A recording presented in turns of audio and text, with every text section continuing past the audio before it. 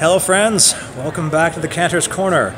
Now you'll probably notice that I have a good friend of mine with me here. This is Mark Gutman, a friend of mine from Hebrew College, which means that I'm not in the Cleveland area. No, I am in fact at the URJ Biennial in Boston, hence why I'm able to be with this guy. And you know, it does relate in fact to our Parsha, because in this week's Parasha Vayigash, Yosef has brought his brothers in. They have been having numerous discussions. There's the trickery that's been played as well, with having the cup stashed in Benjamin's bag. And soon after, the very beginning of our Parsha, Judah makes this incredible plea to his brother that he doesn't even know is his brother, saying, listen, we've already dealt with so much heartbreak, especially because Yosef is gone. If Benjamin would have been gone too, our father would just die. And that makes Yosef crack. He finally reveals himself to his brothers, who he really is.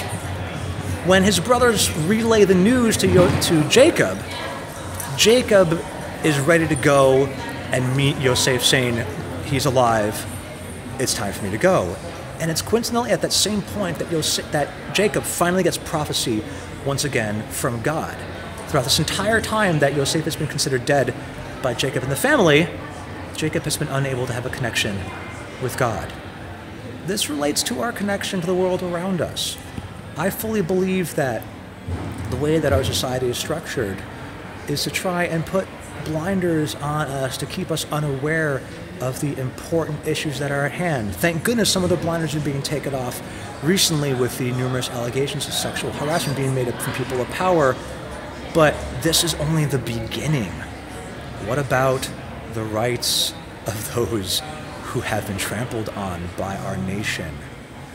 The rights of African Americans, the rights of those who do not consider themselves to be quote-unquote white, or those who sadly do not have the funding or monetary means necessary in order to get proper justice in our society.